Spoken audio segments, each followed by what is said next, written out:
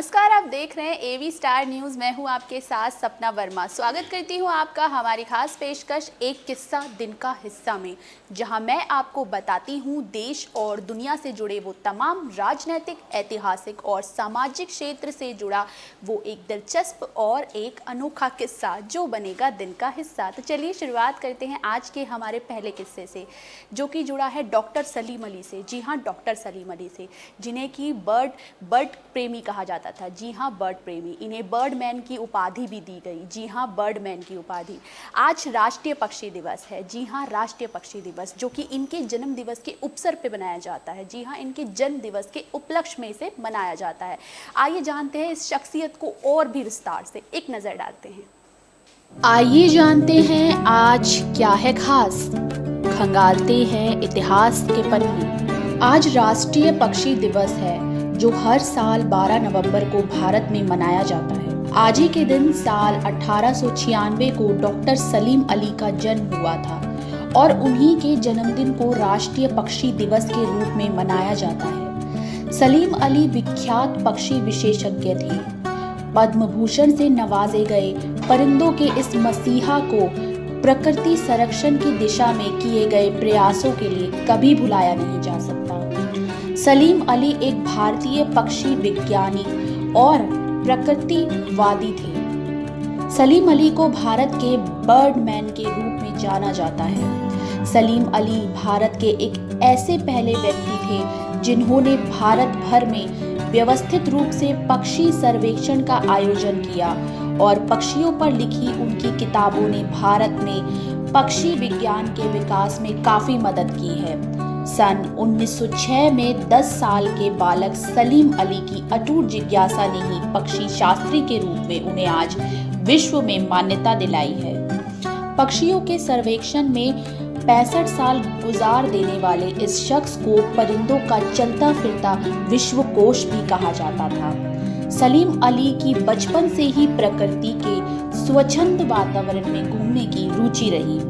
इसी कारण वो अपनी पढ़ाई भी पूरी नहीं कर पाए। बड़ा होने पर सलीम अली को बड़े भाई के साथ उसके काम में मदद करने के लिए बर्मा, वर्तमान में जिसे म्यांमार कहा जाता है, में भेज दिया गया। यहाँ पर भी उनका मन जंगल में तरह तरह के परिंदों को देखने में ही लगता था। घर लौटने पर सलीम अली ने पक्षी शास्त्री विषय में प्रशिक्षण लिया और बम्बई के नेचुरल हिस्ट्री सोसाइटी के म्यूजियम में गाइड के पद पर नियुक्त हो गए। इसके बाद फिर वो जर्मनी जाकर उन्होंने उच्च प्रशिक्षण प्राप्त किया, लेकिन 1 साल के बाद देश लौटने पर उन्हें ये महसूस हुआ कि इनका पद खत्म हो चुका है।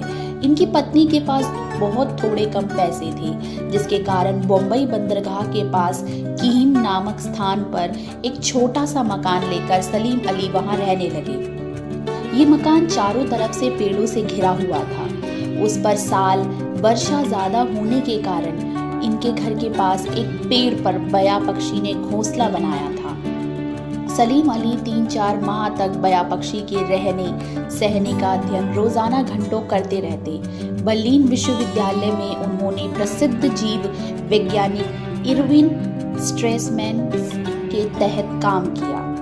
वो वर्ष साल 1930 का दौर था जब वो भारत लौटे और पक्षियों पर तेजी से काम शुरू किया। आज़ादी के बाद Salim Bombay natural history society BNSH के प्रमुख लोगों में रहे। उन्होंने भरतपुर पक्षी विहार की स्थापना में भी एक अहम भूमिका निभाई। वो एक ऐसे पक्षी प्रेमी थे जो कि आज के समय में होना बेहद ही मुश्किल है। चलिए बढ़ते हैं हमारे अगले किस्से की तरफ। जी हाँ, अगले किस्से की तरफ, जिसका सीधा संबंध आप सभी की सेहत से है। जी हाँ, आप सभी की सेहत से। आज विश्व निमोनिया दिवस है। जी हाँ, विश्व निमोनिया दिवस, जिसकी शुरुआत आज ही के दिन साल 2009 में की गई थी। जी हाँ, साल 2009 में। चलिए एक नज़र डालते हैं कि आखिर क्या है ये विश्व निमोनिया दिवस और आखिर इसे हर साल आज ही के दिन मनाने का क्या है मकसद। एक नज़र डालते हैं। आज विश्व निमोनिया दिवस है, जो कि हर साल 12 नवंबर को दुनिया भर में मनाया जाता है। इसे पहली बार साल 2009 में मनाया गया था। इस बीमारी के प्रति लोगों में जागरूकता बढ़ाने, रोकथाम और उपचार को बढ़ावा देने और बीमारी से निपटने की कार्रवाई करने के लिए ये दिवस मनाया जाता है। ये दिवस 12 नवंबर साल 2009 को global coalition against child pneumonia ने मनाया था। फिर उसी वक्त से दुनिया को इस बीमारी के खिलाफ एक साथ खड़ा होने के लिए एक वार्षिक मंच प्रदान किया। निमोनिया से संबंधित विभिन्न घटनाओं और गतिविधियों के माध्यम से पूरे विश्व में ये दिवस मनाया जाता है। निमोनिया वायरस से होने वाला एक संक्रमण है जिसके लक्षण हल्के और गंभीर दोनों ही हो सकते हैं। गंभीर होने की स्थिति में निमोनिया जानलेवा भी साबित हो सकता है। इस बीमारी का मुख्य वजह यानी कि कारण बैक्टीरिया और वायरस है। ये बीमारी बैक्टीरिया जो कि नाक और मुंह के जरिए वायु मार्ग से फेफड़ों में जाते हैं। यदि इम्यून सिस्टम मजबूत हो तो शरीर इन बैक्टीरिया को निष्प्रभावित कर देता है, लेकिन अगर आपका इम्यून सिस्टम बहुत ज़्यादा कमज़ोर है तो ये बैक्टीरिया आप पे धीरे धीरे हावी हो सकते हैं और एक ही समस्या में एक या दोनों फेफड़ों को इससे जूझना पड़ सकता है। कई बार निमोनिया का बैक्टीरिया शरीर के दूसरे अंगों को भी प्रभावित कर सकता है। ऐसे में अस्पताल में भर्ती करने की नौबत भी आ जाती है। इसीलिए इसके लक्षणों को सामान्य समझकर इसे टालने की गलती कभी ना करें। निमोनिया की समस्या वैसे तो बच्चे से लेकर बुजुर्ग किसी को भी हो सकती है, लेकिन सबसे ज़्यादा इसका खतरा 60 साल से अधिक उम्र के लोगों को, 2 साल से कम उम्र के लोगों को होता है। इसके अलावा जिन लोगों का इम्यून सिस्टम कमज़ोर होता है, जिन्हें सांस या दिल की बीमारी हो, जिनके किसी अंग का ट्रांसप्लांट हो, कीमोथेरेपी चल रही हो, एड्स की समस्या हो, उन्हें निमोनिया की होने की आशंका सबसे ज़्यादा रहती है। सामान्य लोगों की अपेक्षा इन्हें सबसे जल्दी और सबसे ज़्यादा निमोनिया पकड़ सकता है। हाथों को इससे बचने के तमाम तरह के उपाय हैं। पहला, हाथों को नियमित रूप से साबुन और पानी से धोएं। कुछ खाने या पीने से पहले भी हाथों को साफ रखें। निमोनिया से बचाव के लिए कुछ उपाय इस प्रकार हैं। पहला, खांसते और छींकते समय मुंह पर रुमाल रखें। इम्यून सिस्टम को मजबूत करने के लिए एक हेल्दी लाइफस्टाइल को अपनाएं। हेल्दी फूड खाएं, नियमित रूप से योग करें, प्राणायाम करें, एक्सरसाइज करें। निमोनिया और फ्लू से बचाव के लिए वैक्सीन उपलब्ध है, इन्हें लगवाकर इस जोखिम से आप बच सकते हैं। धूम्रपान से दूर रहें, ये आपके फेफड़ों को बीमार बनाता है। धूम्रपान करने वालों के लिए निमोनिया की स्थिति बेहद ही घातक और खतरनाक साबित हो सकती है।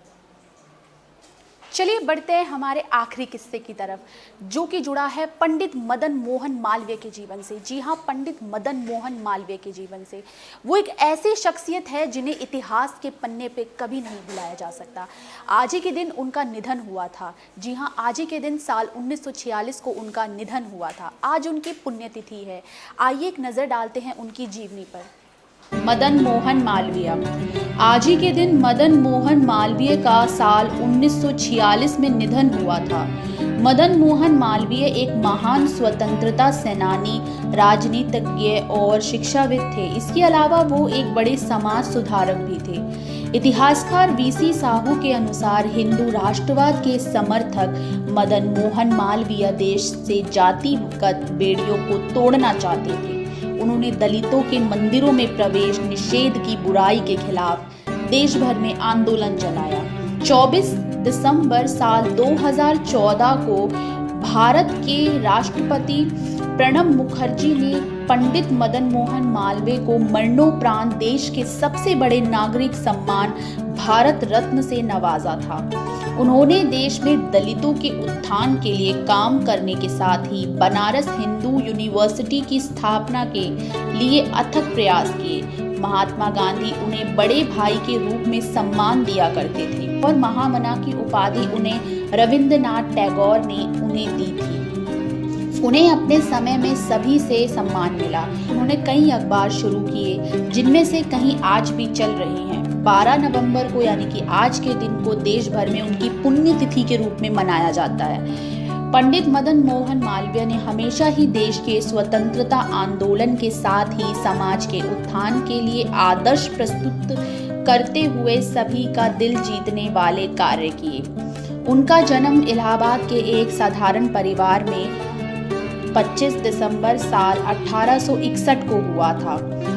उनके पिता का नाम ब्रजनाथ और माता का नाम भूना देवी था। शुरुआती शिक्षा इलाहाबाद में करने के बाद पंडित जी ने कलकत्ता से यूनिवर्सिटी से बीए की परीक्षा पूरी की। बचपन से ही उन्हें कविता लिखने का शौक था। पत्रिकाओं में उनकी कविताएं माकंड नाम से छपा करती थी। साल 1886 में कांग्रेस के कलकत्ता अधिवेशन में उनके संबोधन ने सभी का दिल जीत लिया, जिसके बाद उनकी राजनीतिक यात्रा तेजी से शुरू हो गई। इसके बाद आर्थिक सहयोग मिलने पर उन्होंने अंग्रेजी दैनिक अखबार शुरू किया। उन्होंने कानून की पढ़ाई पूरी कर इलाहाबाद जिला अदालत में वो 2 साल के भीतर ही हाई कोर्ट से उन्होंने वकालत शुरू कर।